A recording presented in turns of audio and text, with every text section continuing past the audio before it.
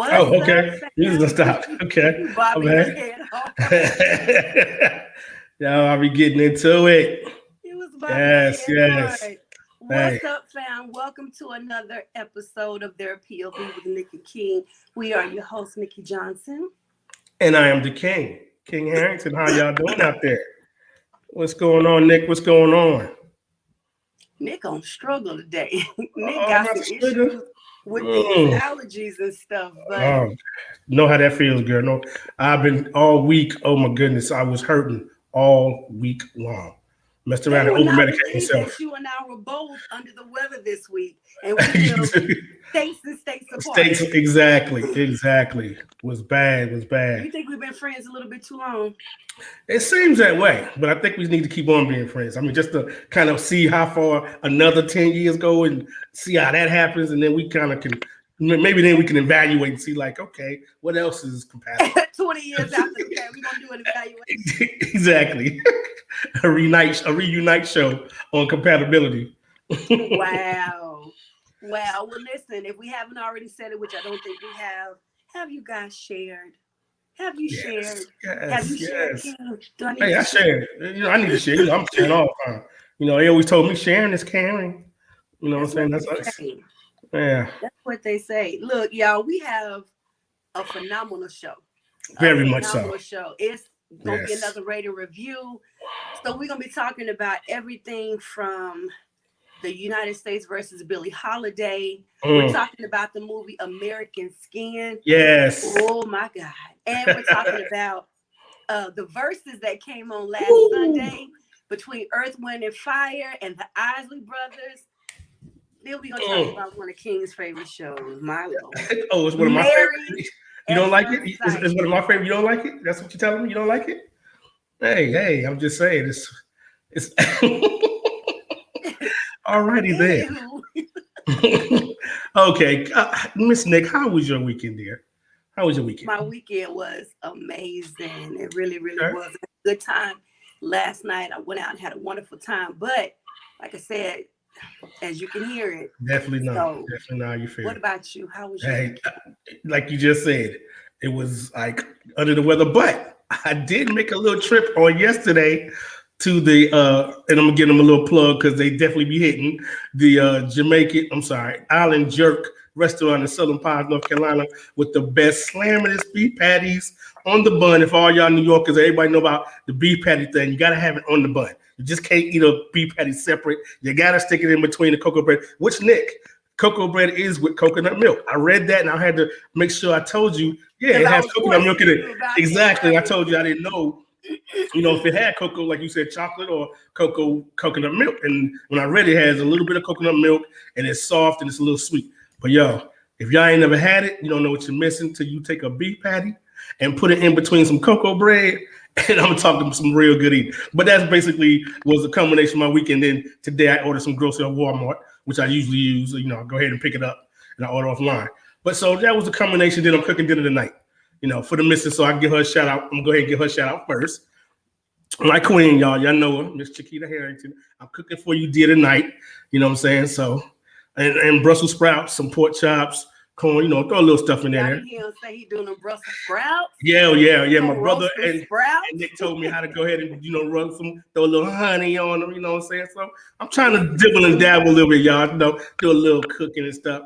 You know, trying to make it happen. You know, be that husband that's supposed to know how to cook as well as all the rest of the stuff. But right. Let me do my little shout out to my future husband. Hey, baby, I don't know where you are.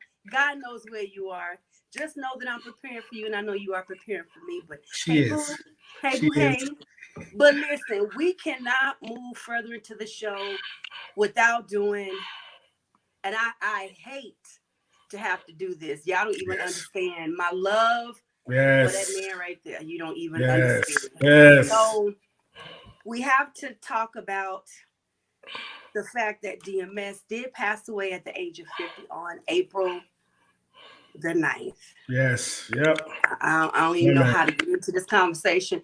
But let me say, so when he first was hospitalized, they were talking about his condition. You know, of course, I was praying and everything. My son hit me up because my children know how much I love DMX. Oh, yeah. Matter of fact, fun fact, but not fun. One of my first arguments with my ex-husband was behind DMX. Oh no! Come on, please enlighten us. Let us know. Kid you not. Like I love him like that. But okay. One of the things I really love about him is like I watched that man struggle, and he did his human inward battle struggle in front of the camera sometimes, and yes, he would be in the middle of a concert struggling to breathe with his asthma. And that man would break out into prayer. Ooh, the prayers. Even his Bible studies that he was doing, I love those. And you know, I know people are gonna have their comments. None of that matters to me. Right. I absolutely love DMX, and that really did hurt my heart. So, you know, my son was like, "Mama," and I already knew. But I know you have a fun fact story to share. Hey, you know, DMX. Yes. I moved to Atlanta in 1998, and my first security gig, one of my boys from the military, when I lived in Germany, put me on a security gig, and it was at the Atrium, you know, Stone Mountain, Georgia. Shout out to all the people that know about the Atrium back in the 90s, kicking anybody who was rap came through, and it was a platinum party that they threw for DMX. And I never forget, he came out and he hyped the crowd up, y'all. The place was packed. It's an old movie theater. So we like in the main theater part, and he just got it hyped, came out there, you know, so, you know what I'm saying, just had it hyped. So he goes back up. He goes back upstairs, and one of the guys that I'm working with whispers to me and says, "Yo, I need you to be on your, you know, I need you to be on the lookout." He said, "Watch your back. DMX not performing." Yo, y'all can't imagine what this feels like when you're talking about over 600, 700, 800 people in this building, and DMX is not performing. And so it just happened to be a DJ that kept it so cool and had them engaged that they had kind of forgot that he was supposed to come out and perform. But I actually went upstairs. I had to go holler at one of my guys and up in VIP, and that's how I got to meet him. He was up there, he was standing back there chilling, and the Locks was up there. You know what I'm saying? So I got the Locks. You know the Locks, don't you? Right. You know, they're all from up in New Rochelle area. I mean, not New Rochelle, Yonkers, all from Yonkers area. And so I got to meet him right quick, you know, spoke to him and stuff, gave him some dap, and met the Locks, and came on back downstairs. So yeah, that was my thing about, you know, that long ago, meeting DMX for the first time. And, you know, I love his music. First album, you know, It's Dark, Hell is Hot. That was it. Man. How's It Going Down was my A1 tune. That's all I used to rock. You couldn't tell me I wasn't a Rough Rider. Like, he was not the only female part of Rough Rider. It was Nikki. Yeah, for real. I was honorary. Love the music. So we definitely want to send our prayers for his family. Yes. I think he had 15 children. So say what you will, they still lost their father. Exactly. And then it's the people that loved him and his fans. And he was about to do so many collabs, and he had a tour really? date in May. So did not know that. I tell you, what's one thing, let's make it quick and short. What would be one thing that you could take either from his life or from his passing away at the age of 50? I mean, his prayers. I had never heard anybody like that pray like he prayed. Passionately. You know what I'm saying? Yeah, passionately, and rhyme the prayer. You know what I'm saying? Yeah. And he rhymed the prayer. So that right there, extraordinary rhyming a prayer that was freestyle. You know what I'm saying? Like you said, sincere and passionate with it. Mm-hmm. So, you know, that's, you know, if nothing else, I remember that. And his music was good. You know what I'm saying? He was real. You could tell you could tell the passion that he had in his rap. You know what I'm saying? So out of, you know, growing up in the hip hop era, you know what I'm saying? And he's later on, but he definitely was someone I put in my top 5. I would put DMX in my top 5. Yes. Even with all his struggles and going to jail, he would be in jail trying to talk to people about God and trying to compel people to give their life to Christ. Mm-hmm. But the passion that man had. But I will say this, and we'll go ahead and move on. Right. Passed away at 50. I'm about a month and 3 or 4 days away from turning 45. He was only 5 years older than me. You know what I mean? And I understand I'm not doing what he's doing, but it doesn't matter. Life is short. And you don't know how short it could be. So that will be one of the things that I take away. But I I didn't know him personally. We did not sit down and eat together, but I loved me some DMX. So shout out to all of his family and those who loved him and who are mourning his death right now. Yes. All righty. Oh, we have some comments through. Oh yeah, yes. Make sure we get those up. Yeah, my man Marcus. Those up. Yeah, my man Marcus. Oh, greetings to you too, Robert. Thank you for tuning in. God bless you too. And let's see. He had just finished a documentary. Okay. Marcus, can you put some information in the comments about that? I would love to watch it.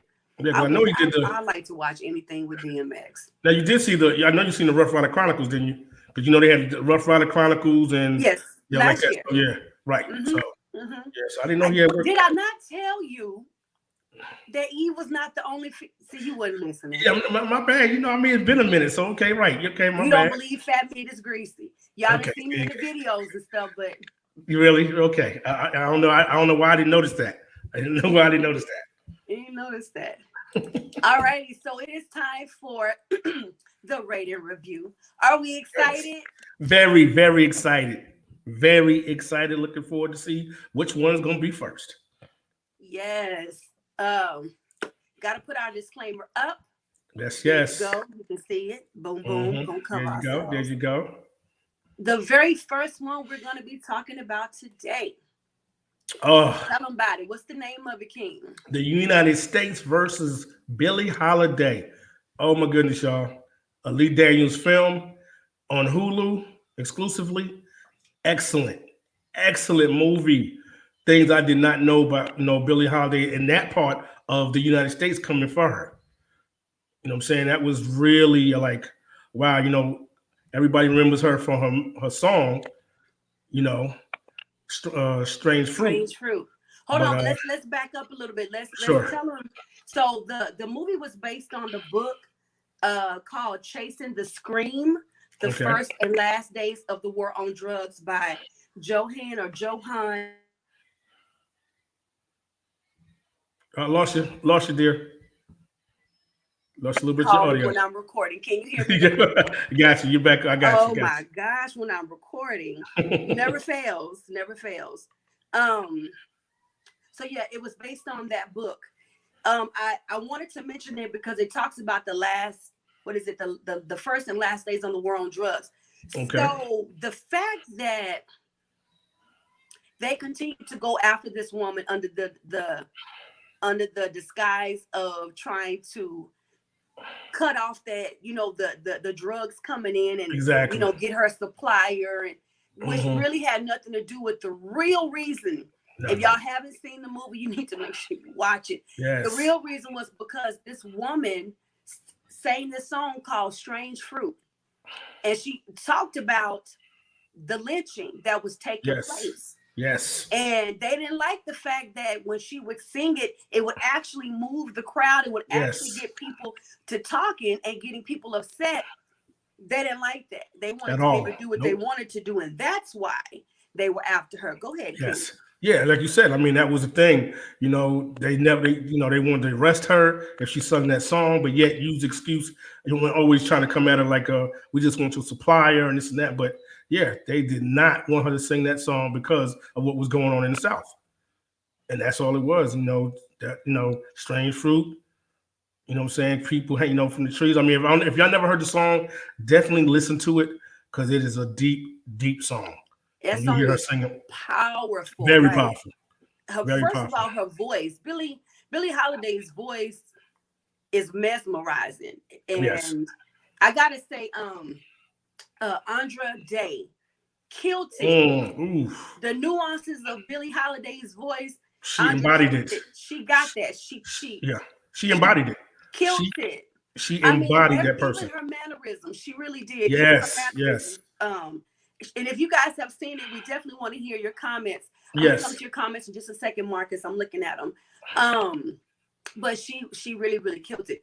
But her ability to convey the pain related to the lyrics in Strange Fruit, I think was part of what the government didn't like, because she could sing the pain of those lynchings in those lyrics. And if you watch the movie, that's the only song that they ever, the only song that they didn't want her to sing. Period. And it's because of that song is why they kept coming out. They went setting her up. I was just about to say that even her own people, her husband, yes, setting her up. Like, yes, oh God, go yes. ahead. But yeah, like you said, it was. I couldn't believe that these brothers were so weak and mentally, saying that they couldn't understand that this was happening to Black people. Your people, this is what's happening to them, and she's putting it out there, and y'all would set her up to get her to stop singing it because of what this man was saying and what these senators and because of what was going on in the South. And it was the FBI. Okay. Yeah. And what really hurt my heart is that they used the Black FBI agents. Oh, to set her up. No, I'm gonna tell you what was really messed up. That they had a whole task force going after all the Black musicians. And they had the whole team going after. Does that not speak volumes to the power that lies in African Americans? That I'm not going because I'm gonna end up talking about the Black Panther stuff. So I'm gonna stick here. I'm gonna stick here. But yeah, it was just crazy that they had a whole team that actually went after Black musicians. You know what I'm saying, during that time. And you know what I'm saying, and they used the drug act. You know what I'm saying, they used the drug angle to get them for everything they were doing. Whether you know what I'm saying, when Louis Armstrong, we talking about Coltrane, all these guys that had influence on the Black communities and wanted to stand up for Black people. They used the drug angle because back then the musicians, drugs was a big thing, a big part of their lives. Yeah. But to use that angle to come at the musicians that were trying to stand up for their people, and this is what you want to put them down. And but like I said, to have a whole team of Black FBI and it wasn't just drugs. They would go after Black musicians and singers that like to be with white women as well. Oh yeah. They would find reasons to arrest them. They would try to get them on the most trumped up charges. Exactly. But watching this movie really does take you, because a lot of times we see celebrities and they're so glamorous and their lives are so glamorous but we really have no idea the way that many of them paved the way for people today to be able to do what they do today. Exactly. Because as glamorous as she was and she could sell out Carnegie Hall, she had to use the service elevator. Service elevator to go in hotels. Exactly. And I called it servants elevator on purpose, because if you were serving in any capacity, that's the elevator that you didn't use the regular one. Nope. Unless you that one Black brother that gave the white people the ride up to their floors. I'm the only brother on this elevator. Exactly. And best believe you got to come right on back down. Oh, Let's go to some of the comments real quick. Marcus was saying that so it hasn't been released yet. It was very recent. And let me see. He was also working on an album. And that's why he started touring. Yes. Okay. Yes. Thank you so much for letting us know that, Marcus. Yeah, looking forward to that. Looking out for it. Oh yeah. As usual, my dog wants to play while I'm recording. Something else about it.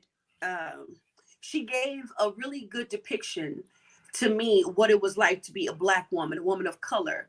Back in those times. And I know there are many movies and documentaries where I've seen this before. It's not new, but just to see it from her eyes and the pain, that's got to be painful, that you can go out and you can be the help even on stage. You're singing to the white people, you're singing to the crowds, but backstage you're being underpaid. You have to go through the back door. You're being treated, badly. You're being talked to ugly. And then it's a lot of people in her life, were contributing to not just the drug issue, but the way that she was being treated by the government, by the FBI. I'm sorry, I thought another comment was coming up. That was really, really, I think Andra Day really, really embodied that part of it as well as the other characters. Oh yeah, all of them. Because they were amazing too. Go ahead. Right, yeah, like you said, remember the guy that played on what's his name? That played on Everyone Hates Chris. Tyler, I forget his whole name, but him being a musician himself, and and trying to back up, Billie on everything she was doing. Everybody was supporting her, And then, you know, just jacked up that sometimes drugs just took over where, you know, hey, she felt that she shouldn't be treated no better because of her life, you know, growing up and, you know, the trauma and everything that she felt that's the best she could do. But yet everybody loved to hear her sing, you know, whatever song it was, you know, all her songs, but, you know, that one in particular that made such an impact. But just her being the artist that she was, you know, dying at a young age. But, you know, it's artists like that did so much for the movement, did so much for the era of trying to support Black people going through what they were going through, and end up dying young. And, you know, people don't know what kind of impact they had until 20, 30, 40 years later, you know what kind of artists they were. She was very young too. You know, Jimmy Fletcher, who was the FBI agent that was pretending to be a soldier, right? That was, you know, fall in love with her or whatever, who eventually does actually fall in love with her. I love the point of the movie where, and this is going to be a little bit graphic, so, you know, hold on to your seats, y'all. Anytime she was having a sex scene or there was sex in the movie, it was always very, very rough. And in a particular position, I'll say it that way. Right. Because that's what she was used to, having been pretty much sold off by her mama to a brothel at the age of 10. That's all she was used to was rough treatment. There came a point where even with Jimmy's character, even with Jimmy, that he was like, no, I'm not going to do you like this. And that was the first time she was made love to after that. Right. However, that type of love actually scared her because she was so used to being mistreated. She didn't understand it. Back to the abusive, entrapping husband, that she had been with, who treated her wrong, was stealing her money, selling her out to the FBI. But that's what I got from that though is, when you are used to being treated a certain kind of way, or you've been through a certain type of trauma, whatever, those are the things that you actually do look out for because that's what's comfortable. Exactly. That's your comfort zone. It was so sad to see her even struggle with, I'm going to go back to what I'm used to, even though I know this is better for me here. Exactly. What do you think about that part? Yeah, I mean, I seen it, you know, like on the bus, perfect example, they was out there playing softball. You know what I'm saying? The bus had stopped and, you know, she called him because she couldn't deal with, you know, the realness of how to be treated, you know, of being treated correctly. Exactly. Yeah. And, you know, and they couldn't believe, you know, like, really, you going back to my man? You know what I'm saying? And, you know, she just couldn't handle it, you know, and it was just sad that, you know, that people get into a position mentally and physically to think that that's what they deserve. That's all they know. That's all how they want to live. Yeah. Because they get, like you said, for them to live a decent life is so hard to understand because you've never been presented with it. Yeah. So they feel, like you said, that comfort zone, that security for them is feeling that way, is being treated that way. And yeah, you see it just from that part right there, you see how that came right back to like, okay, I'm going back to what I'm used to. He supplies my drugs as well, and I'm good. And that was sad too. I got, I think it was Freddie, her stylist. I think his name was Freddie.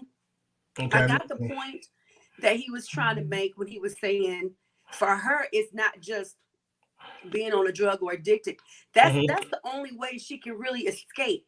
Right. Like the girl was 10 years old when her mama sold her next to the next door brothel. Yeah, because the brothel the mama had was at home, she had no room. It was full. It's time you like pull your weight, so you give her to the brothel next door. Yeah. And start telling her how to take care of men. So, you know, try to kill off all of those memories and take your mind somewhere else so you don't have to think. Yep. But she said something that I wrote down. She said, the people that are the hardest on me are my own people. Yeah. Because so many of them would taunt her and make her feel like she was responsible for the whole race. Everything that you're doing, you making us look bad. Right. Not even understanding her story, which is a lot of what people do have done at DMX as well. And she said, I need help. I don't need jail time. Right. And I was like, even today, that's prevalent. What do you think about that? Yeah, definitely. You're right. You know, like the guy said, you know, don't you want to be like Ella Fitzgerald and, you know, people like that, you know, moms, not like, you know, but like you said, y'all don't know my story. Yeah. You know, they didn't know what she was dealing with and what she was going through. Yes. Why she was dealing with the situation and why she was doing what she was doing. Yes. And it's sad. It's sad that, like you said, even today, people go through that, put on this facade to try to, you know, do what they could do for the world, but yet nobody understands their plight and what they're actually dealing with when that that mic cuts off when them doors close. You know what I'm saying? They get back in that vehicle and they go back home and they deal with that, demons that they have to deal with. So yeah, like Robin Williams. You remember the comedian Robin Williams? Exactly. He would get. I mean, that was one of the most funniest physical comedians. Right. He would get out there on stage and make people laugh, but inside that man was depressed and dying. Yes. Also, like my man, the other comedian, I forget his name, that played with I love it, the favorite movie with him and Sinbad, and what's that? The not the oh my God, what's the name of the movie? The one that used to be on Saturday Night Live. Yeah, Phil Hartman. Phil Hartman. Going through that same type of stuff like that. I mean, it's bad when these guys has these things going on with them. This kind of mental health problem and having depressed, being depressed and stuff. Depression. Yeah, depression and really, but yet we see them on TV and they're making us laugh and they're just the funniest. But like I said, once that light cuts off, saying them cameras cut off and they go back to their real life, it's like, wow. And then it's the handlers around you and the people around you sometimes that will help enable. They enable it, and they, instead of trying to really, help them deal with their situation, it's those yes people, because they trying to want to keep a job or they want to keep, yes. That's not helping that artist. That's not helping that, that musician. That's not helping that actress. That's what we end up getting. This is what we end up seeing. I found it interesting in researching her.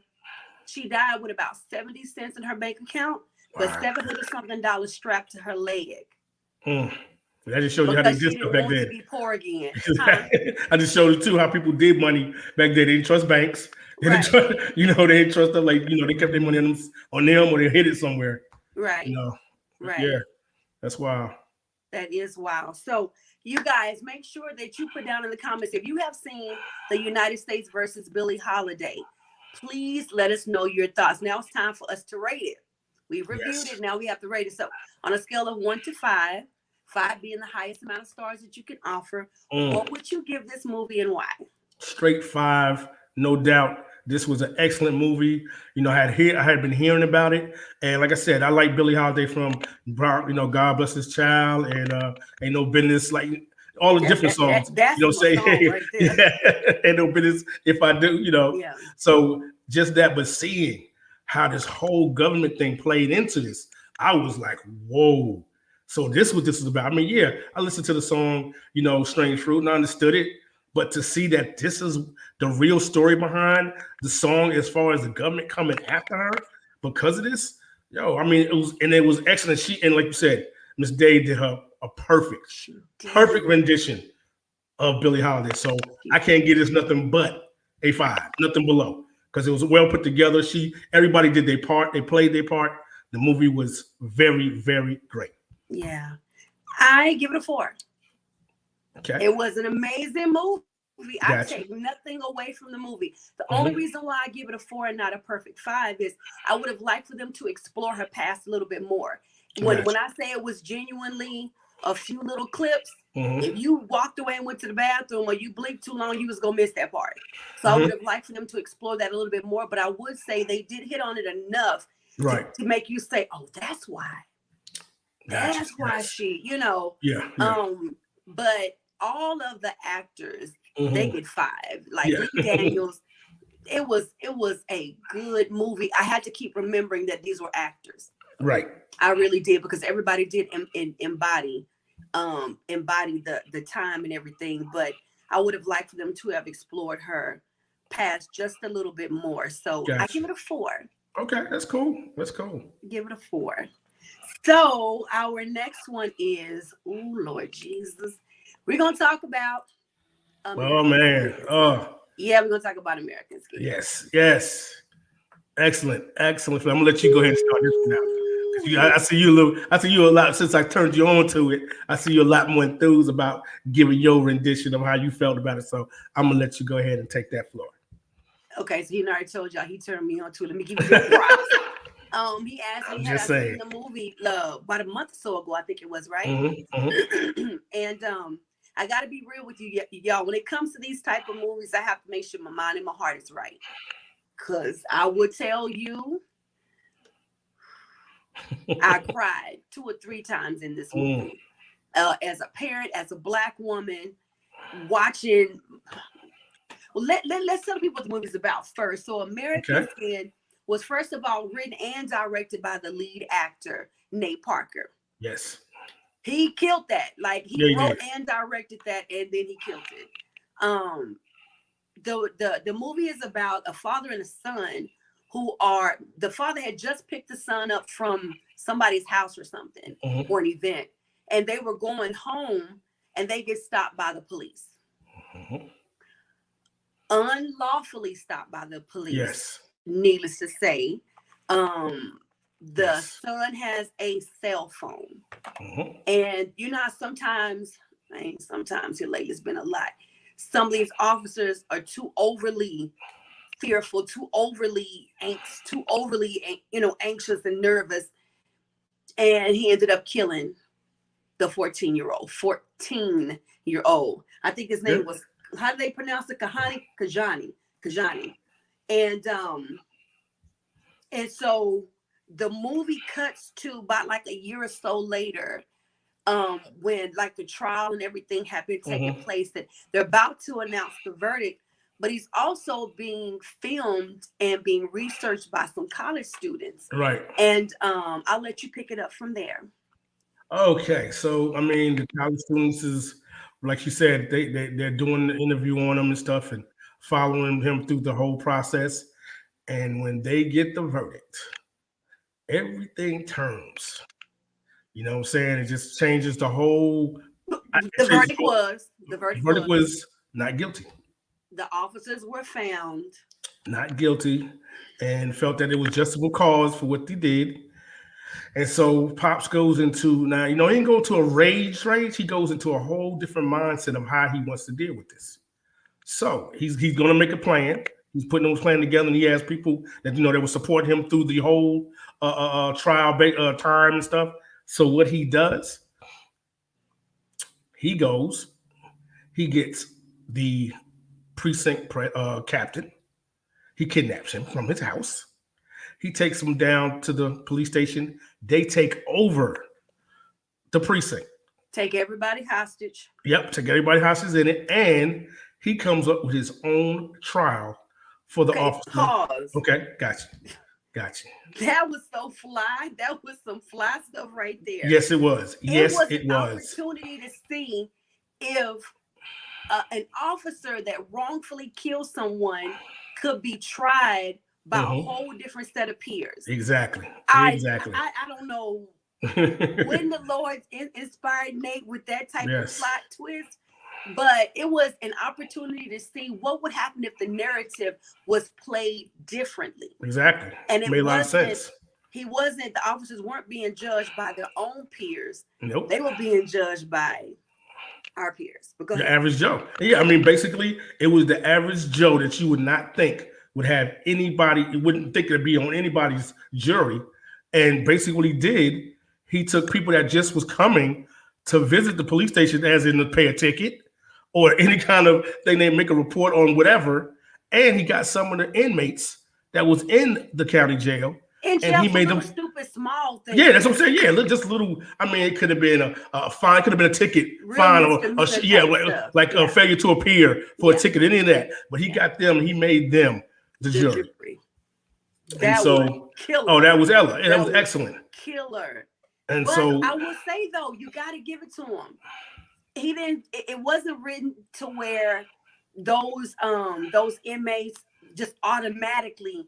Exactly. To just say guilty. Right. Like it was some real meat and substance that they talked about. Oh, they litigated. They were going through the trial and the decision. Exactly. And they did something that doesn't normally happen. They let the jurors talk. Like everybody got to talk. It wasn't the way court will go where evidence is not talked about and some things are dismissed or you can't talk about that. Everybody kept it real. I love that part. Yeah. It was good. I mean, like I said, no stone was unturned when they went and deliberated. They really, they addressed everything. Yes. On all levels, they addressed everything. Yes. And it was just, excellent movie. And then, when it came back to the decision, and he was guilty on the charges, Yo, that part right there, when they said what he did to let him know that you were guilty and this is your punishment, and when that officer seen that gun point at his head and he pulled that trigger, just that right there showed you and made you understand. Now, that's all I want you to feel. Well, but leading up to that though, Mm-hmm. the having to wait for the decision, that Right. was part of it. Yeah, Because yeah. the families of these children that are being murdered or people that are being murdered by Right. officers, that's what you have to sit and do. You Exactly. wait in anguish, Yep. not knowing what the decision is going to be. The Exactly. second thing is he made them get down on his knees. Mm-hmm. Now, there are many, many times they're being brought out of their vehicles. They're Mm-hmm. made to, face the ground, Right, lie on the exactly. ground or whatever. And I like the way he purposefully let the buildup happen just so he can understand what it's like for Exactly. the life of an African-American man stopped by the police officer. Yes. Yes. When he made him call his wife, I knew that was going to be the plot twist. Yeah. Yeah. But her anguish allowed him to see what his son's mother had to go through. Go through. Exactly. And he just kept saying, Yeah. I just wanted to get home. As an Yep. officer, you just want to get home safe. They did too, except Exactly. the son didn't. And then when he pulled the trigger and everybody was, Yes. everybody, like the whole police department was in an uproar because Right. they thought he was about to get killed. But that's the same way the reaction is on the street when you find out the verdict is not guilty. Exactly. Yep. So it was really a great opportunity for an officer to see this side of it. And then when he pulled that trigger and he didn't die, it was like the reaction. I cried. It was definitely heavy. It was powerful. It's intense. It was definitely intense. That impact and that intensity was like, wow. And that's all you could do. You could just look at it like, wow. And it's like, now you get it. It's like, now do you get it? Can you see? Can you really see now? Yeah. And that's what I seen from it. And, it was just like, okay, you know what? I'm done. That's it. I'm done. Yeah. That's all I wanted everybody in that room, all you cops, all, everybody here to see this is what it feels like. And the world, because remember, he Yes. made the filmmakers Exactly. to record. To record live, exactly. Before we get to the end, what happens at the end, let's talk about the discussions between the officers and some of the jury. Yeah, now, that that one officer, if that was real life, he probably wouldn't have had his mind and heart changed, period. His mind was so made up that Black people and Mexican people were, we were trash and deserved useless, everything that happened to them. Useless and everything. That's it. Do you think if that was a real life scenario that situation actually would have impacted and changed the way some of those officers started doing their duty from that point forward? I think maybe somebody would have got touched, but on the regular, my thing is, if you racist, you're racist. You sit there and you look at the narrative on a daily, and that's how your mind is. You can sit there and say, like plenty of them say, well, I've been around some people that's not like that. But overall, that's still your demeanor of the attitude of when you see when you get this kind of mindset of a Black person that's not living in this neighborhood, that's not got this type of job. This is what you think from that point of view. But from on the average, that's what you're thinking. That skin color right there changes your attitude about them first. But then you see what lifestyle they live. And then that kind of thinks, okay, well, they're not going to act like this because this is how they're living. But you still, to see it from that point of view, some of them are like, wow, it gives them a thought. Just the average brother the average Black person is not like the hood, is not like this type of person that can't be, that can't understand how life is supposed to be. And like I said, it might trick someone. It's going to be still some that's the way they were raised. They never and that's just it.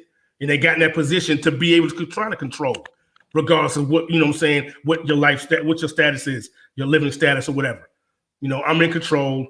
This is why I'm doing it, because of the history of my life, the history of my family, generations of my family. I think there would have been quite a few who actually would have had a change of heart with the way that they proceeded as an officer from that day forward. Because there were some, again, we're going to pretend like this was real life. There were some when they were listening to how they were even saying stuff and listening to the people talk back down to the moment where they thought he was going to blow his brains out. Right. I think their minds were made up until that moment. You could see change come over some of them. Some of them, they would probably never. But it looked like quite a few of them, even down to maybe the captain doing some retraining. Like, I would like to think if that was a real life scenario, that would be the outcome of it because of the way they even left out when they all were leaving out of the precinct at the end. Again, there were a couple. Oh, yeah. Not going to change. That's just going to be. That's their last couple. They'll probably die like that. Exactly. Or somebody going, Well, they're going to get a rude awakening. Go ahead. No, I was just saying, or get a rude awakening. Right. Like I said about the ones that still want to keep that life, that mindset like that. Yeah. What do you think about the speech that the filmmaker made? What he went into, because I really thought he was going to go into it, trying to really talk them out of condemning the officer. But it's like the more he talked, the more he thought about what he's witnessed, and he had enough. So what do you think about the speech that he made? No, it became real. It became true to form that, wow, regardless of how I was raised, how I see life, how it's supposed to be, how I'm supposed to live, this is reality. Yeah. And this is what people think of us on a scale of any of that type of lifestyle. That type of career choice of being a police officer to serve and protect. Yeah. So I see here, it doesn't make a difference. You don't care because of the skin. That's when he really understood. And it was like when he was sitting, like you said, as he talked, he just really it makes no difference. I don't care how much I try, what I do to fit in society. Today, they still are going to have that look like, right off the bat. You know what I'm saying? I don't care what your status is, what office you work in, what CEO, they're going to still have that slight look because their skin color is not theirs. He went from being an unbiased college student there to get information to just laying it all out. And what was so funny to me is almost 2 weeks ago now, I actually had some college students from New York interview me, and it was filmed virtually though. Cool. Because I'm a housing commissioner, I also do community activism work, but I've also been homeless. So they were just really asking me all kind of questions. And the demeanor has to be very unbiased, very unjudgmental. They can't really give their feelings and their emotions. It's just about getting the data. Right. So when I was watching this American Skin, I watched him do that. Like, he played that role so well. That he did. They can't insert their feelings. It has to be just about collecting the data. Exactly. But I also watched the moments that it began to turn. So when I tell you, the writing and the acting in that movie was incredible. And I'm so proud of Nate Parker to be able to write, direct, and then act in it. And I didn't know until I actually just was researching that he wrote and directed it. And then still acted as good as he did. That was incredible. He's an excellent actor. He did that when he did the same thing with Nat Turner. Yeah, he directed it and acted in it. So the guy's definitely dimensional when it comes to what he does. Yes. And this right here just took it to a different level. Because a lot of people didn't know about the Nat Turner. They didn't know about the Nat Turner story unless you see the movie. Understood what Nat Turner actually did and why he did what he did. But to see this from all the narratives we've dealt with in the past of the same type of situation with our young black men, in all situations of getting taken out, to see it from this angle, there has not been a movie like this. Yeah. You know what I'm saying? And for him to be able to bring it like that, and for people to get that, understand, like, wow, it makes sense. It just made sense to bring that to the forefront and actually see something that makes them think like, wow, regardless of, what you might think of kind of person I am, I still want to be fair and impartial. That's the thing. I still brought it to the table without being biased at all, and saying, no, because it's black. No. Like you said, let's do the facts. Yeah. Let's show what exactly we have here. Yeah. And then let them make a decision. Yes. Because we always get judged off the bat. Period. So when we step out the door, that's the first one. Like, the real reason why he killed him was first of all, the reason that they got stopped was because they were black. Exactly. But the officers were lying though about the speeding. Exactly. The whole thing. He never answered, well, how fast were they going? Exactly. And then he was like, I've been over this in my head. He was like, it was 2 speed bumps. There was no way we were going over, what was it, 45? 45, something like to that effect, there was no way we could have with a speed bump here and a speed bump there. So when the officer finally just told the truth, yeah. He shouldn't have been in the neighborhood. And he was shouldn't it. have had Yeah. a cell phone. He should have complied. Exactly. Yeah. And we're trying to catch the bat. Like, Yeah, exactly. But like you said, the key thing shouldn't have been in the neighborhood. How do you sit there and tell people where they shouldn't be? And it's in the car. We talking about when no gated community, like you said, when the gated community. yeah. You know, saying they wasn't speeding. And I'm Remember going when the first officer said if your insurance if your insurance card hadn't been expired, it wouldn't have happened? I could have threw the whole TV. Yeah. Really? Yeah. But he kept telling you, but I have one over here, I'm just gonna reach it. He's like, exactly. You could let him reach for it. But they said that they didn't know if it was a gun in there or that's always the excuse. See, that's always the excuse. What we thought or what they had, what I'm saying? It's always the excuse. But it's and not just to throw a little bit from the movie. I don't know if you've seen the video that just came up from 2019, and it happened 2019, and this couple, this dude got arrested.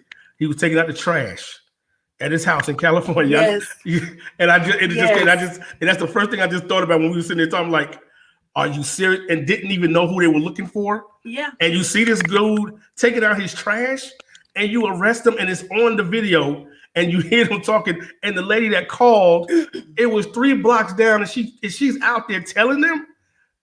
So my first thing, as soon as you seen this dude, and then come to find out, the dude was a white guy. Yeah.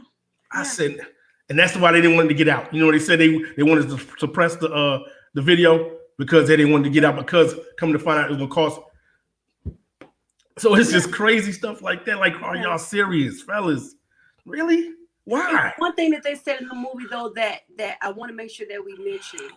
And first of all, we're not officer bashing. No, never. Because we know not all officers are like this. We are referring to this movie, and we are referring to the officers who unfortunately have done these things. Exactly. So please don't hit me with no Blue Lives Matter. Nobody's blue.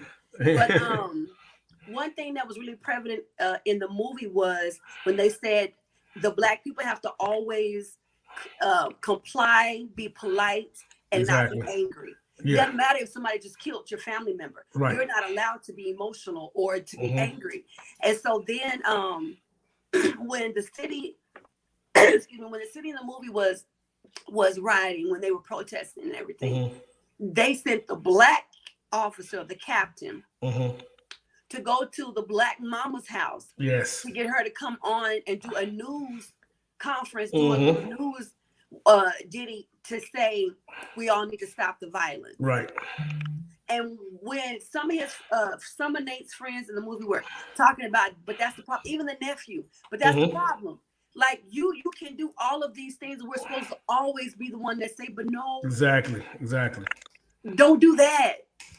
Yo, my boy Barry played a part too. Was he hardcore? Yes. Amari Hardwick, playing his homeboy, But I thought that was so prevalent because they do that. These things happen in our community all the time, and we're supposed to always be quiet. Now, white people can riot; they can go storm a whole Capitol. Yeah, that's right. Say it. A whole Capitol. That's right. I'm gonna say it. A whole Capitol. No, I'm gonna say it because it's true. A whole Capitol. And act a big, like just throw big tantrums. Exactly.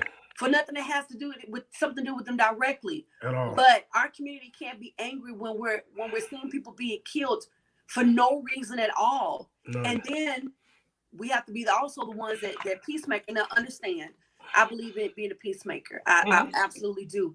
But that part of the movie, they kept it so honest and so real. Because she sat there looking like, you want me to do what? Exactly. She's still grieving because y'all just let the officer off. Exactly. Why was that her responsibility to ask? Y'all to calm the city down. Why was that not the police department's responsibility? Yeah, y'all do everything else you want to do, so calm the city down. That's right. Do what you exactly. Yeah, that movie was hard to watch. Yeah. It was hard to watch. The end, I knew the end was gonna happen. Yeah, that was crazy. When it happened, I wasn't ready. Yeah, nobody was. For it to happen like that.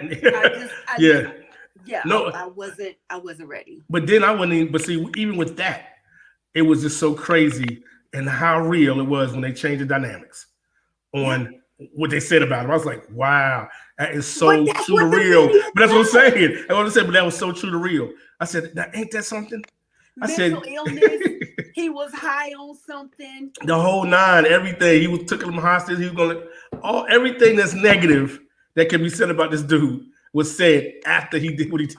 And everybody's looking like, wait a minute, that ain't what happened. Hey, but they don't already got the narrative now. Hey, taking a run with it. And that's exactly like you said. That's exactly what happens. Who put the narrative out there? Sometimes the media can run wild with it, but I was watching that part and then watching the credits roll wondering, now if that had been real life, would that have been the police department putting the narrative out so no one finds out what happened inside? Exactly. Or was that the media trying to hurry up and put a story out and sensationalize it? Or both? Yeah, probably both. Like it was a piece of both. Yeah, they throw them a little bit bone and they take the bone and run all the way across town with it. So yeah. Well, I gotta say, King, I appreciate you introducing that movie to me. Hey. I was a little mad at you last night because I was like, oh, that's not a movie. But unfortunately, that wasn't as make believe as. No, there wasn't no make believe in it at all. Besides just it being a movie, but as far as actually showing you that it's like, wow, this could be real life like a mug. Yeah, that definitely brought it to life on screen. Yeah.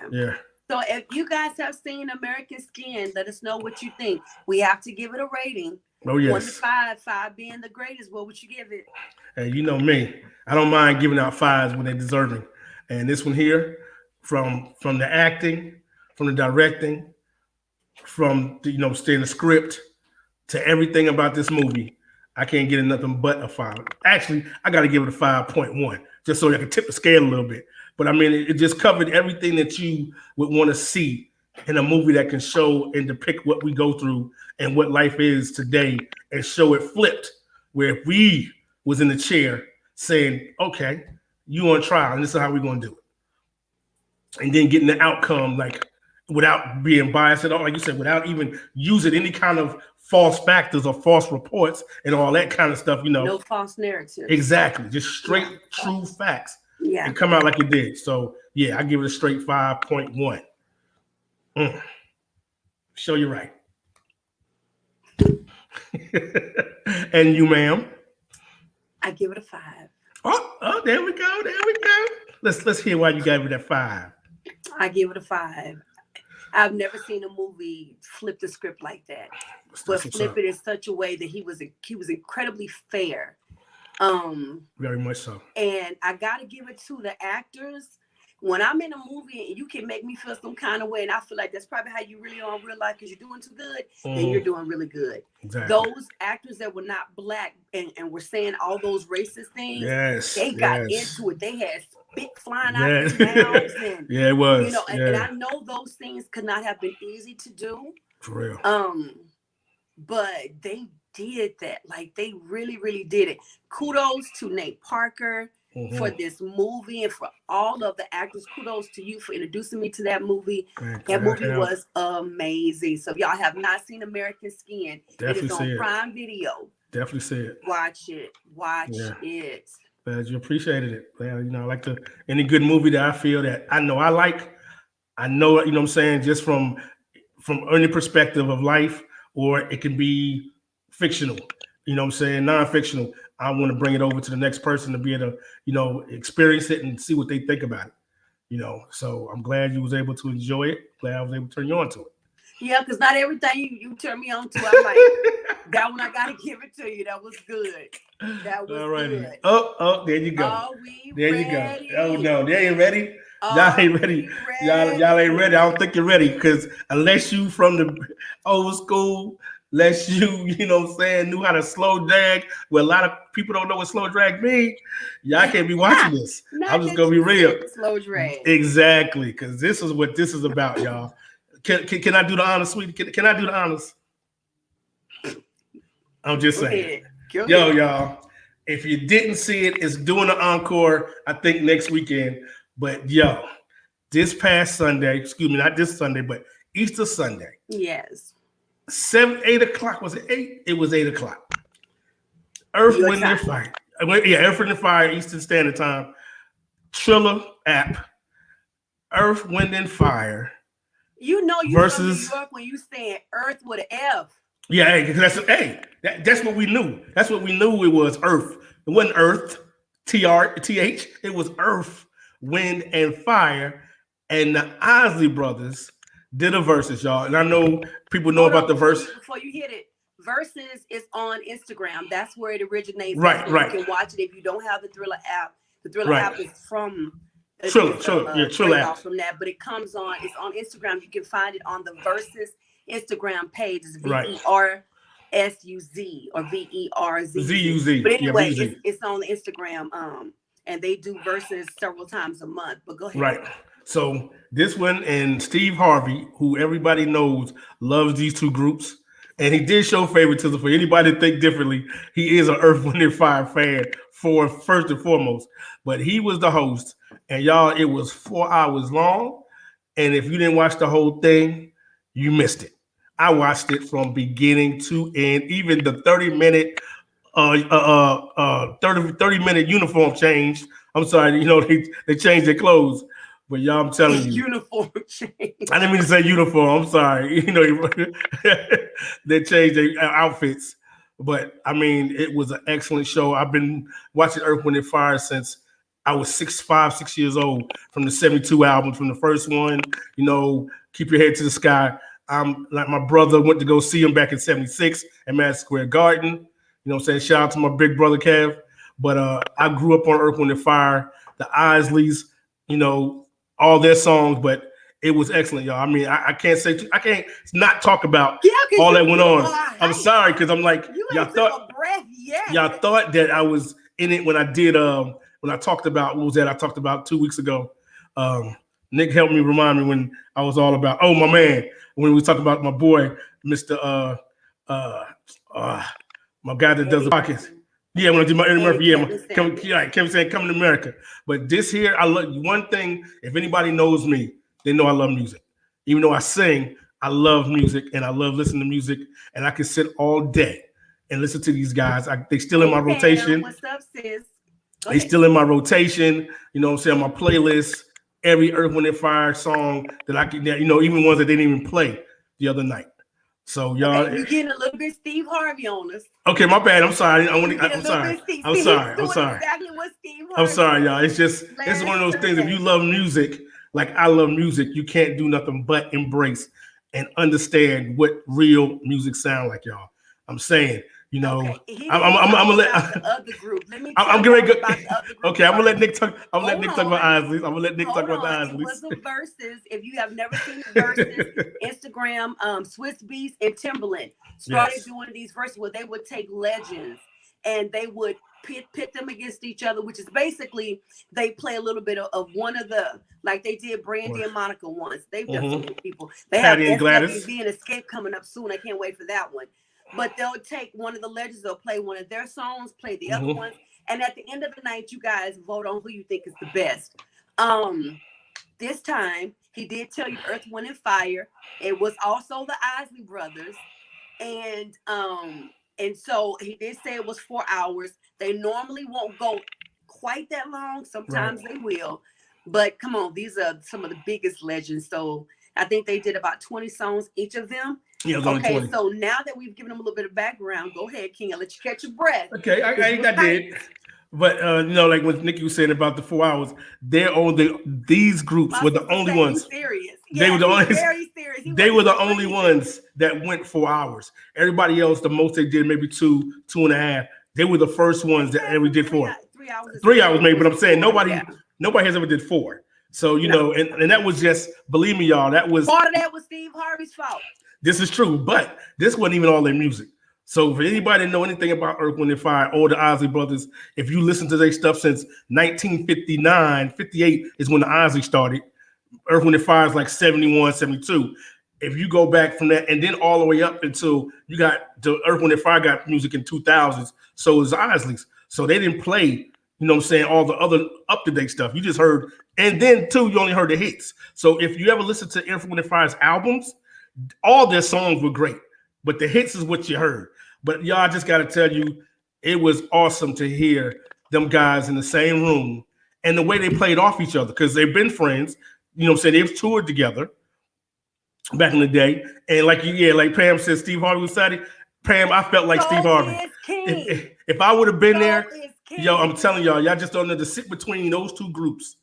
You know what I'm saying? Knowing how I know all their music and listen to their music and to look at them in person and know what kind of impact, Love's Holiday, you know what I'm saying? Reasons, you know what I'm saying? I'm going to tell y'all a story.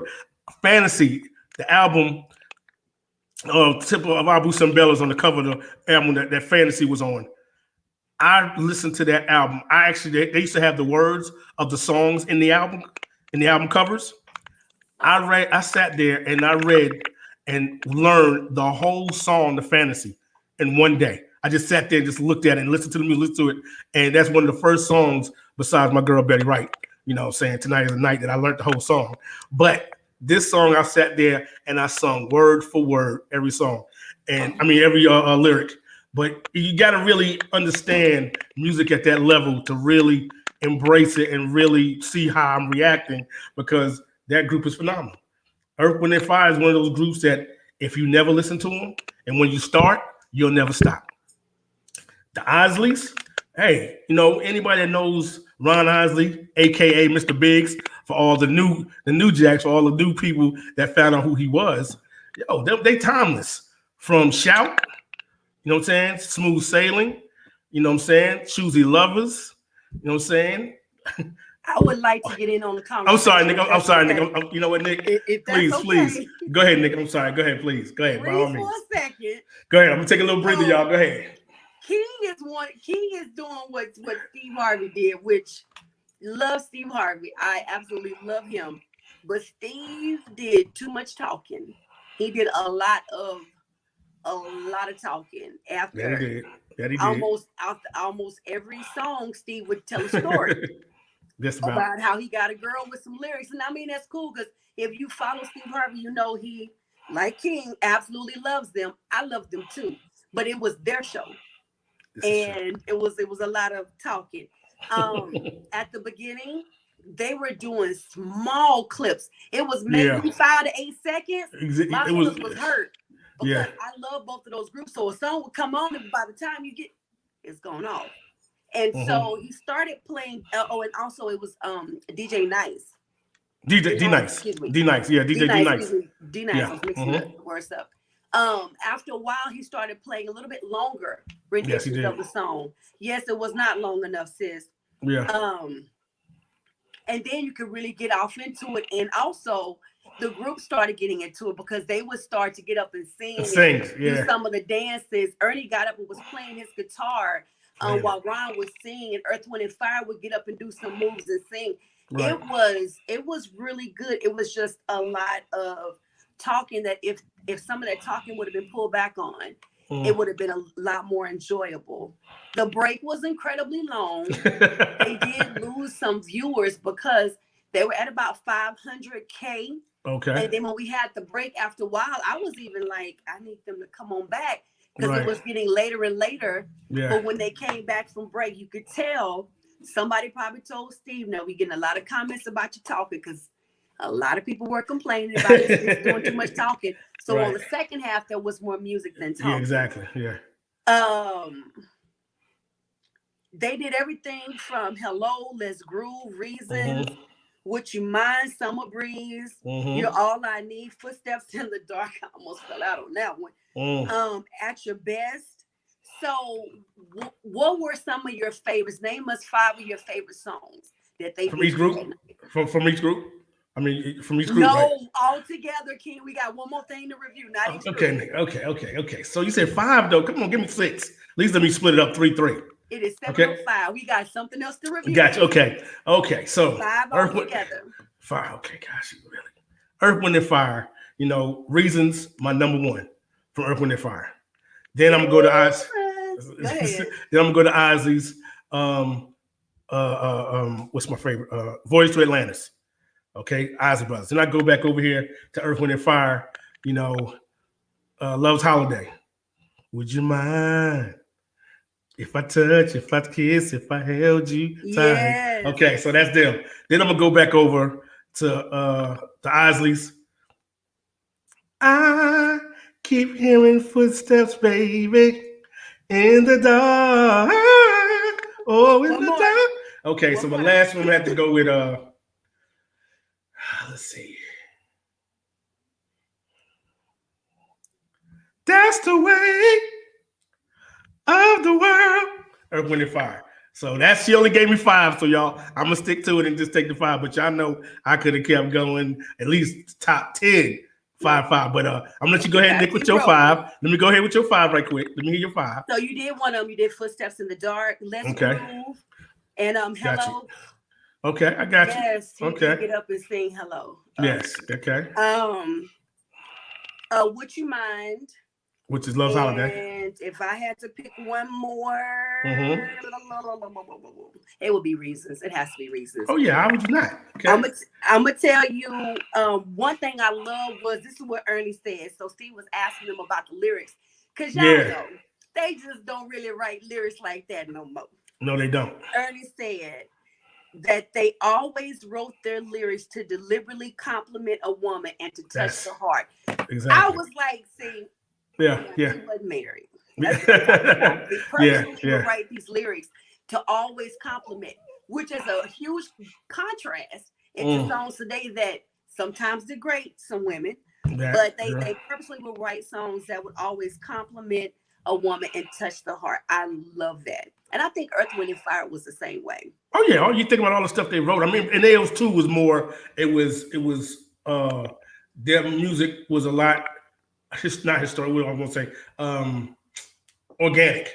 Their music was like war. I mean, it had all these different elements to it. You know what I'm saying? And how they talked, as far. So I definitely. But it was the love song with the love songs.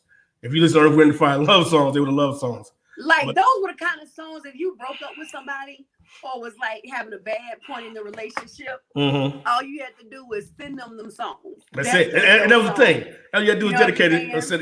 Or play it on the phone. I said, hold on, can I holler at you? Can I holler at you right quick? And then... Okay, let me ask y'all. Back in the day when we still had answer machines. Exactly. Or even on your cell phone. How many of y'all, and keep it real, how many of y'all would take your phone or your answer machine and record like the jam on it before you actually did the message? We're not home. Exactly. What if you didn't? Something was wrong. If you didn't have a song that you put on there even before, or like I'm saying, like you was just talking about, if you was, your girl was mad at you, whatever, and when she answered the phone, you just started playing the song.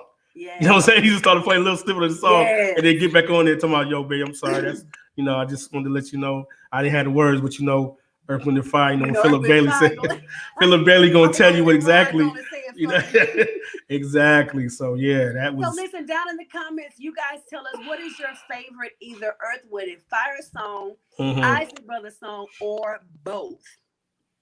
What about the fact that, okay, we know that Maurice was not there, so that was, it was hard for him not to be there. But did it not look good to see them after all these years? Still looking amazing and sounding that good. Definitely. I mean, you gotta think about it. I mean, Philip Bailey ain't skipped the beat. You know what I'm saying? Just still got the that falsetto is still hitting. Yeah, even did one of his hits with my man Phil Collins, Easy Lover. You know what I'm saying? I was surprised they played that. Yeah. You know what I'm saying? But just to hear those hits and people that don't know nothing about Earth, Wind, and Fire and Isley's, some of the stuff when they did from him. Some young people do know about it because people have taken their songs and done like remixes. Oh my goodness! The whistling, but to know the sampling, the origin of them, right? The sampling was they sampled from both, especially from Ron. A lot of stuff got sampled from because when you hear Footsteps in the Dark, you think about Today Was a Good Day, Ice Cube. Yeah. So definitely plenty of stuff that the Earth, Wind, and Fire and both the groups have done that people have mirrored. As far as Wind, and Fire even said that they took some stuff from the Isley Brothers. Was kind of hope you don't get mad, but I know that he appreciated them appreciating his music. I gotta give Steve his props on this. When Steve was talking about how he used those lyrics to get a young lady or to touch your heart, if he couldn't find the right words, he write down the lyrics of course. That really was talking to young people, teaching them how to court, teaching them how to how you talk to young ladies nowadays, because there's not enough teaching on that. The young people do need to know that you can talk to people nicely and, treat people romantically. I do love the fact that Steve was talking about that, and hopefully some people learn some some things from that. Well, so you gotta listen to the music. That's why. See, if they listen to the music, they'll understand how that came across when the music was played, and like I said, how people reacted to it. Like I said about slow dancing. You know what I'm saying? I asked my daughter one time, she didn't even know what slow dancing was. Right. So I mean, like, and that was the perfect music that the Isleys had, and some of Earth, Wind, and Fire songs was for that purpose, to be able to have that connection and that slow type of feeling and emotion when you dance with a girl. But and what they call slow dancing nowadays is freaking on the dance floor. They call this. I didn't even know that's what they even gave it a name. I just thought it was freaking.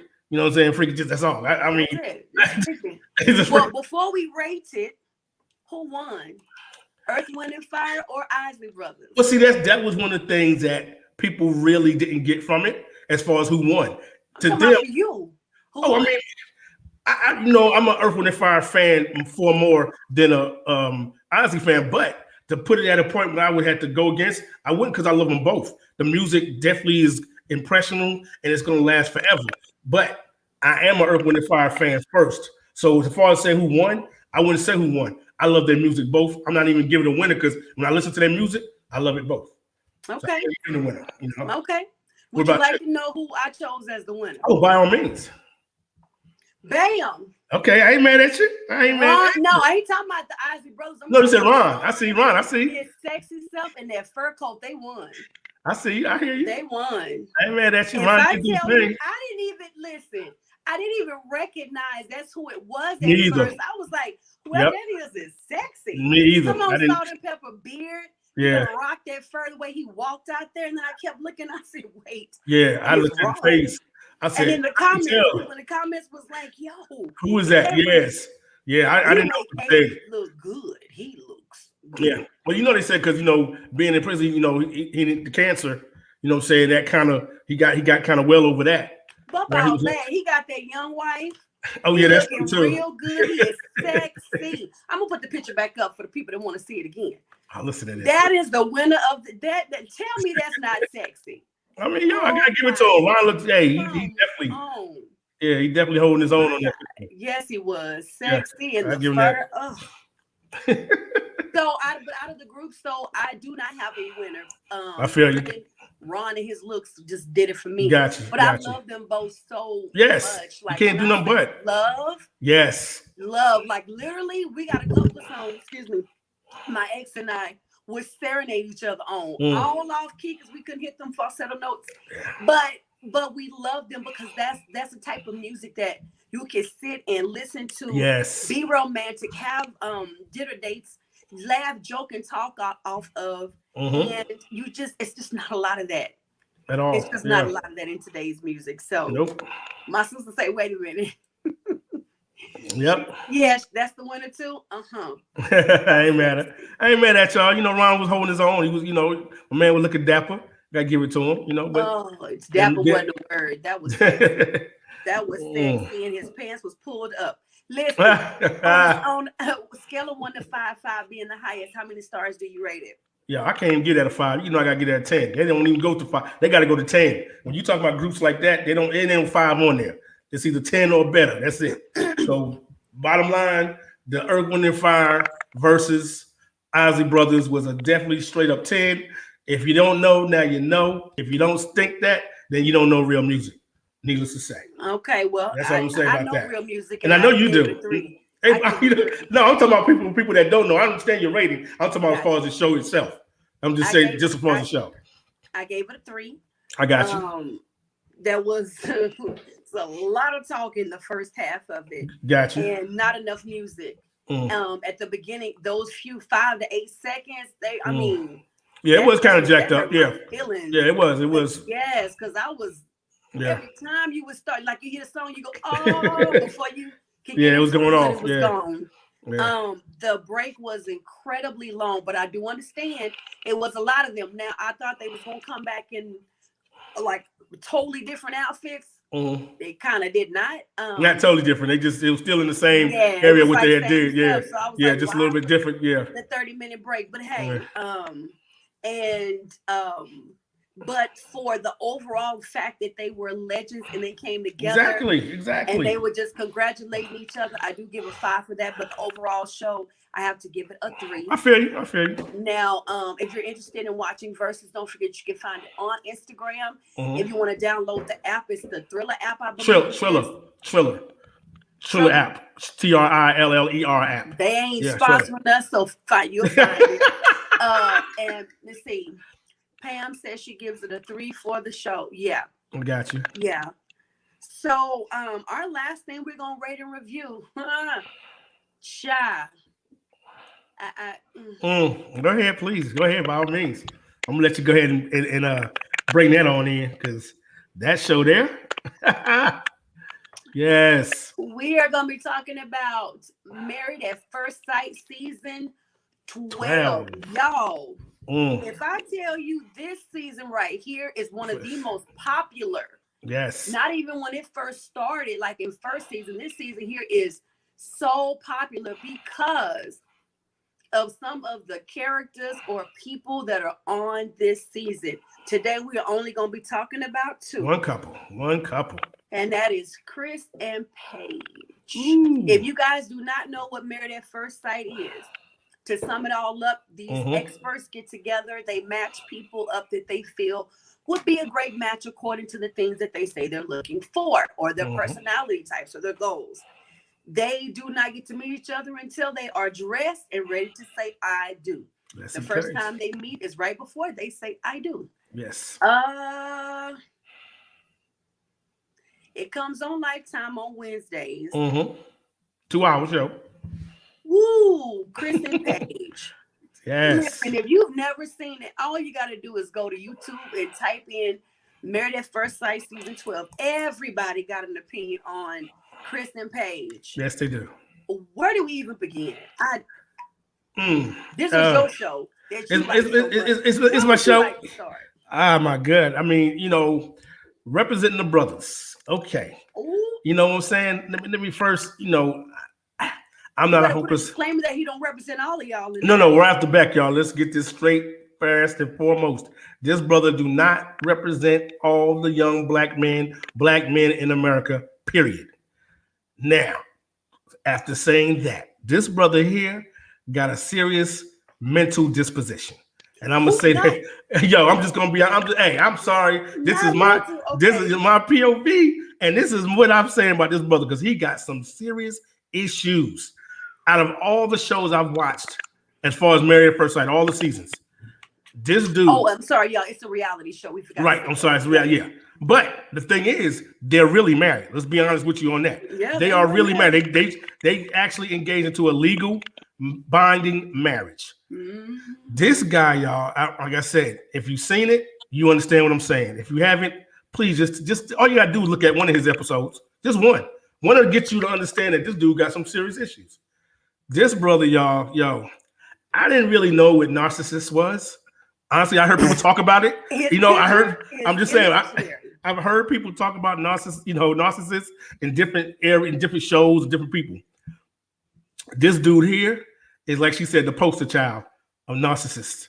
This brother got some serious issues, y'all. But they say on the GIFs, if narcissism or narcissistic was a person, that would be his picture right there. Yo, this kid, y'all, I don't think he know himself.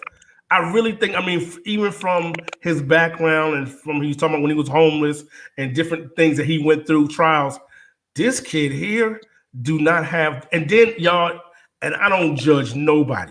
Your relationship with God is your relationship with God. But to see what he does when he brings that into the whole fact that lets me to believe, like, bro, do you understand what you're saying when you bring him in to your life as far as what you sit here and discuss on television? What you discuss in front of these people, saying that he leads you to do this, and you doing some. A little bit of background. So okay, he is married. He married a sister named Paige, and this brother is disappointed because he says she is not attractive. Exactly. She is not the type he's used to dating.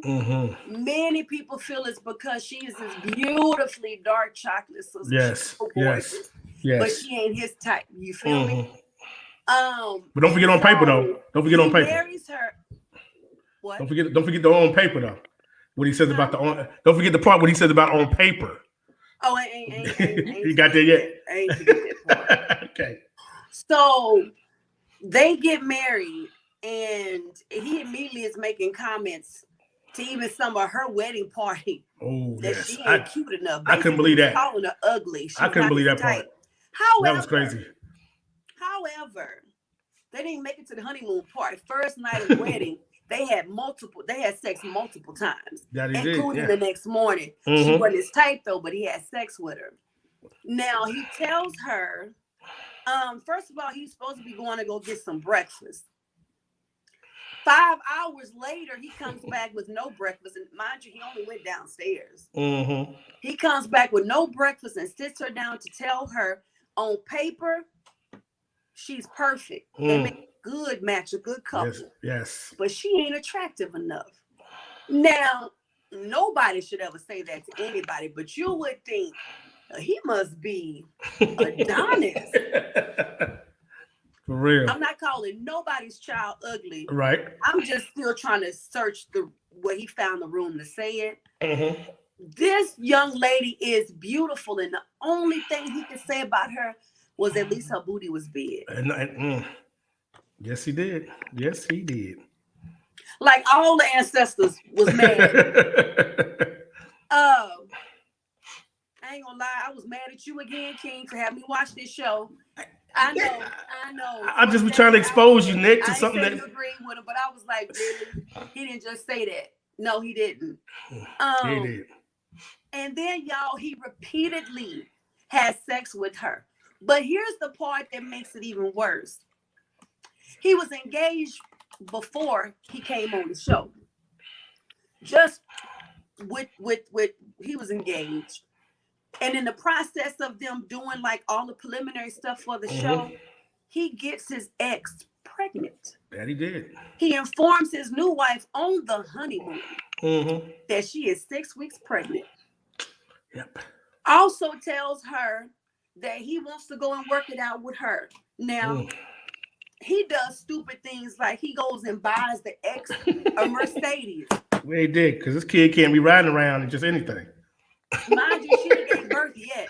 She's 6 weeks pregnant. He done went and bought a the baby Benz. mama a Mercedes and was about to buy her a house. Yeah, he said that, yeah. Claiming that he's doing this for the kids when in actuality he really want to be with her. No doubt. But he don't leave his wife alone because he keeps giving his wife what I like to call the foot in the door statements like, what's some of the crap he told her? Oh, the false hope. I mean, please. He don't want to get too close because he feels he's gonna fall in love. Yeah, that was a good one there. I heard that. I was like, okay, bro. Work this out. Yeah. I mean, it was, that kid there, that brother had brought a new meaning to. And I know some narcissistic people. He's a clown. He's a straight clown, though. I'm being honest, he's a clown because I'm sitting here looking at stuff that, bro, it don't even make sense the way you're trying to put all this together to make sense of what you're trying to say and trying to pull. That's what really gets me. I'm like, just the little simple stuff that she asked for as far as the checking in part. And she says, 2 or 3 times, I think that's too much. I'm like, you sick individual. She said 2 or 3 times a day. A day. First of all, who married only gets to check in twice a day? I don't know any. If you married, you're checking in. We're not be in no relationship working towards it. Exactly. Shut up, Nick. That's what I'm just saying. You ain't doing twice a day in nobody's household, and you're married to a black woman. Yo, can we talk about the panic attack? Oh, wait a minute. So his panic attack. Yo, please hear me when I say this bull snap. Yeah. This brother said the reason why he was gone for those 5 hours without calling his wife to say, I'm down here trying to get you back to or whatever, was because he's thought about having sex with her and thought about her looks and had a panic attack. Yeah, that kid. That ain't some crap of something. Yeah, he on some other stuff for real. That brother 5 got some hours you serious. had a panic attack because you think about how I look, but you had just had sex with her. Just had it. And no, don't forget the reason why he said he had sex multiple times with her. Remember what he said? Why he did it? The brother, y'all, had the audacity to say because he thought she was going to start to look better to him. He said he thought if he. Yes, go ahead, Nick. Go ahead. Go ahead. What do you say, Nick? Go ahead. He thought what? He thought. What do you think, Nick? Go ahead. Let us know. You know, if he had sex with her, it would change how he felt. If he had sex with her again, because mind you, we're talking about multiple times. He kept having sex with her. Yeah, because he thought she was gonna look. Yeah. The excuse. If she gonna look better, maybe he would start to feel something. Exactly, she started to look better to him. Some chemistry. Yeah. Maybe she would get prettier. Yeah, that's what that's the angle he was trying to come from. Like, the more I had sex with her, the more the connection would get closer and all this weak aid stuff that a brother would say to somebody just to sit there and stroke his ego and just the whole process of laying with this girl, because like off the back, the big booty part.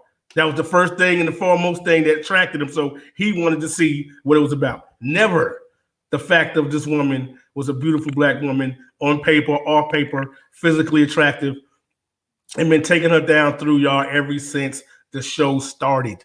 Wait a minute, he was still having sex with the ex / soon to be baby mama.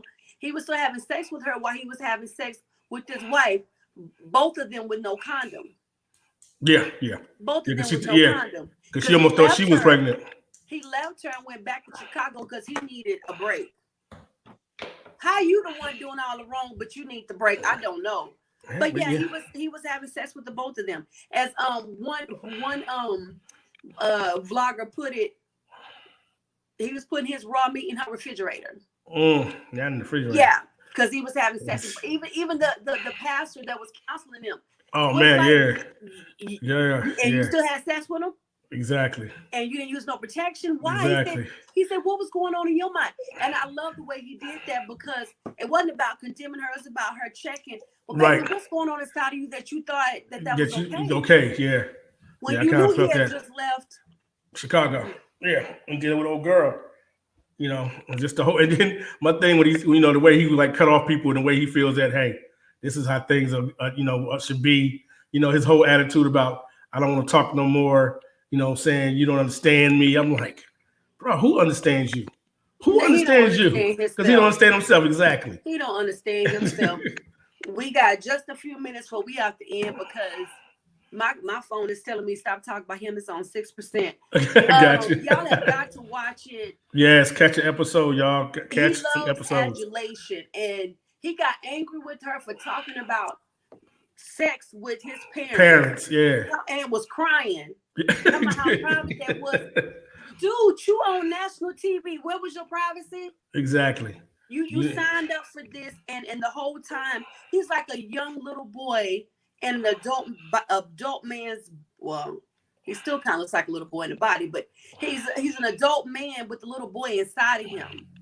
And that mentality is done. Yes, I mean, and we got to mention Paige for a second. I'm gonna be honest, watching it, that triggered a lot. It made me really check myself in some relationships that are in my life and some from my past. And I hope it does that for anybody who's watching it. I just watched her just constantly being sucked back in with his narcissistic self and his non-caring self. Down to when they had finished that counseling session, he whispered in her ear, basically lied to her and said, I'm just afraid of falling in love with you. That was like the weakest line I ever heard. I was like, bro. My thing is, though, she fell for it. I was like, are you serious, sweetie? Come on. You got to be better than that. You got to think more yourself about that. It does happen. I believe that. I believe it does. I've been there, Lord Jesus. I done been there and done that. That happens because you want something to work out. Now, granted, they hadn't been together exactly a week or two, but you could tell she really wanted the marriage. That's the whole thing, the marriage. But there had to be something inside of her that wanted to hold on to it that bad for some reason, because you can see her being being afraid and ashamed, but at the same time, she got a contract. She got to keep it, because if they don't fulfill it, she got to pay that, what is it, $100,000? I don't know. I didn't know how that whole thing goes. You got to fulfill. So they didn't get paid like that. Contract. Right. See, I didn't know how the pay thing goes, the scales, and how that all went with that. So I never researched that part. But my thing with her, just dealing with that whole situation, was just crazy that she got herself into that, and the way she's playing herself. But like you said, it could be that, like I said, the monetary part of that makes sense. If I'm gonna do it and make sure I get this paid, let me go ahead. But I know she's enduring some stuff. I hope don't alter her mind where exactly. Brings that self-esteem down. It was the will of God, and she had this passion in this fight, like they had been together at least for some months. Exactly. But he did wrong from the get-go. I'm saying from day one. Like I said, right back, so we can take, like you said, end this up. When she walked down the aisle, you seen his face and the remark he made under his breath. Yes. He did a little under the breath, like damn. Yeah. I seen it right there when he first did it. Before they even said anything and went back on it. When he first did it, I was like, yo, my man just said, damn. I said right there, he already knew she was not good enough. She was not fine enough for him. I knew right there. Beautiful as that woman was. Beautiful. Wow. Yeah. Well, listen, we could go on another hour about that couple and that show. Yeah, but I know. We're talking about them again on our next rated review. Yeah. Have you guys connected with us? If you're interested in being a co-host with us for a particular episode or an upcoming episode, please hit us up at gmail.com. Please like us on Facebook and Instagram. You can find us on YouTube and on SoundCloud. You can also find your girl on the Obstacle Overcomer podcast. I am on SoundCloud and iTunes and Spotify and all those good things. And I would love to have you join me over there. I don't know what just happened. I'm trying to click us on something else. Can you go ahead and give us your final thoughts, please, for today? Okay, y'all. Anything you want to hit on? Just want, I appreciate everybody listening. Our topic today's excellent views, on the Versuz, on the American Skin. Like I said, if you get a chance, Prime Video, check out the movie, you'll enjoy it. The United States versus Billie Holiday, Hulu, check it out. It's still on there. Like you said, Married at First Sight on Wednesday nights, 8:00 till 10 on the Lifetime channel. What's your rate on it? 1 to 5? Definitely. Oh my God. If I give it, I don't even know how to get it a rating because it's a 0 on my man acting stupid like he is. But I like the show, so I give it a 3 on the show. But like I said, y'all, it's crazy. This is the worst season. This guy right here makes brothers. I'm glad I'm old as I am, because if I was his age, I'd be like, I'd be in the corner somewhere, feeling like, how can I get to this dude and knock some sense into his head? But it is what it is, and hopefully she'll bounce back from this, y'all. And but if you get a chance, take a look at it. Hope y'all enjoyed the reviews. Y'all have a good week. Love y'all. I'm turning to my girl Nick. The king is out. Thank you all for joining us on today's episode of our rated reviews. Please don't forget to leave your reviews, your thoughts, your comments down in the comment section. Let us know what you thought about today's show. If I'm gonna rate that show, Married at First Sight, I gotta give it a 2. I get you. I would give it a 3 for exposing situations that really do happen like that. No doubt. My prayers are really 4-page. I feel her. I've been where she is. I know how that is, but I also pray for that Chris, because he needs some healing. He needs some guidance. He needs some prayer. Listen, so we usually give you guys a word for the week. I'm gonna make it real quick. Self-love. Just love yourself. Like, you can't really love anybody if you are not loving yourself. If you gotta dig deep down inside and search and remove and let go and release and forgive, do what you have to do, because you don't want to go into relationships in life making toxic decisions because of the toxicity that's inside of you. With that being said, we love you guys so much. Love y'all. See you next week. And kings and queens, keep reigning. Yeah.